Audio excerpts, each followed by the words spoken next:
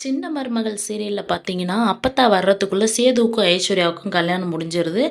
அப்பத்தா பார்த்தீங்கன்னா, குழந்தைய எடுத்துட்டு வந்து பிரச்சனை பண்றாங்க. அப்ப ஐஸ்வரி பார்த்தீங்கன்னா, "என்ன தமிழ்ச்செல்வி குழந்தைய எடுத்துன்னு போய் பிரச்சனை பண்ணுங்கன்னு சொல்லி சொன்னாளா? அதுக்காக தான் குழந்தைய தூக்கிட்டு வந்திருக்கீங்களா?" அப்படின்னு சொல்லிட்டு ஈஸ்வரி கேட்குறாங்க.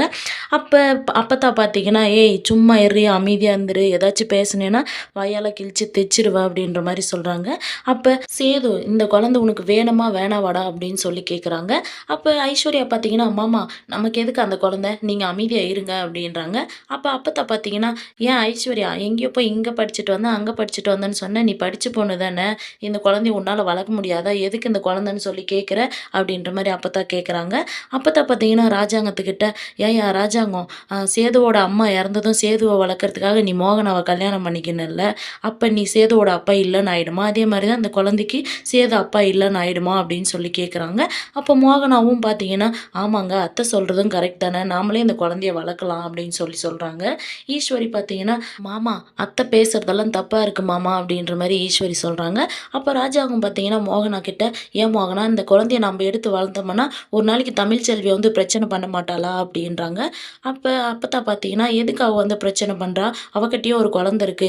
இப்போதைக்கு அவங்க எதுவும் வரமாட்டாங்க. தமிழ்ச்செல்வியும் அந்த குழந்தையும் வரமாட்டாங்க." அப்படின்னு சொல்லி சொல்றாங்க. அப்ப ஈஸ்வரி பார்த்தீங்கன்னா, "அப்ப என்ன பின்னாடிக்கு வருவாங்களா? இப்பதான் ஐஸ்வர்யா காலத்துல சேது தாலி கட்டிட்டான்ல. அப்ப பின்னாடி வந்து பிரச்சனை பண்ணுவாங்களா?" அப்படின்னு சொல்லி கேட்குறாங்க. ஒரு பக்கம் பார்த்தீங்கன்னா, மலரு ஒரு வக்கீல கூப்ட்டு வராங்க. அந்த வக்கீல் பார்த்தீங்கன்னா, மலர் படிக்கணும்னு சொல்லிட்டு பார்த்தீங்கன்னா, அவங்கள சேர்த்துட்டு இருப்பாங்க. அந்த டீச்சர்ஸ் மூலியமா பார்த்தீங்கன்னா, வக்கீல தெரிஞ்சிருக்கும். அவங்கள கூப்ட்டு வந்துட்டு பார்த்தீங்கன்னா, "மாமா இந்த குடும்பத்தோட நல்லதுக்காக தான் நான் பண்றேன்." அப்படின்னு சொல்லிட்டு சொல்றாங்க. "யார் இது?" அப்படின்னு சொல்லி கேட்கும்போது, அந்த வக்கீலே பார்த்தீங்கன்னா, "நான் ஒரு வக்கீலு. சட்டப்படி முதல் பொண்டாட்டி இருக்கும்போது நீங்க டைவர்ஸ் பண்ணாம இன்னொரு கல்யாணம் பண்ணக்கூடாது. இருந்தாலும் நீங்க அத மீறி கல்யாணம் பண்ணியிருக்கீங்க. நான் இத வச்சு உங்க மேல கம்ப்ளைண்ட் குடுப்பேன்." அப்படின்னு சொல்லி பார்த்தீங்கன்னா, அந்த வக்கீல் சொல்றாங்க. ராஜாங்கத்துக்கிட்ட கேட்குறாங்க, "நீங்க சட்டப்படி நடவடிக்கை எடுக்கிறீங்களா? இல்ல உங்க பையன் மேல கம்ப்ளைண்ட் குடுக்கவா?" அப்படின்றாங்க. "இல்ல அதெல்லாம் வேண்டாம். அமைதியா இரும்மா, பார்த்துக்கலாம்." அப்படின்னு சொல்லி பார்த்தீங்கன்னா, ராஜாங்கம் சொல்றாங்க. ஈஸ்வரி பார்த்தீங்கன்னா, தனத்த அடிக்கிறாங்க. அப்ப வக்கீல் பார்த்தீங்கன்னா, "ஏன் முன்னாடி நீங்க அடிப்பீங்களா? இப்ப உங்களுக்கு இருக்கு பாருங்க." அப்படின்ற மாரி சொல்றாங்க. அப்ப ராஜாங்கம் பார்த்தீங்கன்னா, "என்ன இது? இவ்வளோ ஒரு பிரச்சனையாயிடுச்சே. சரி நாங்க சட்டப்படி பார்த்துக்குறோம்." அப்படின்ற மாரி சொல்றாங்க.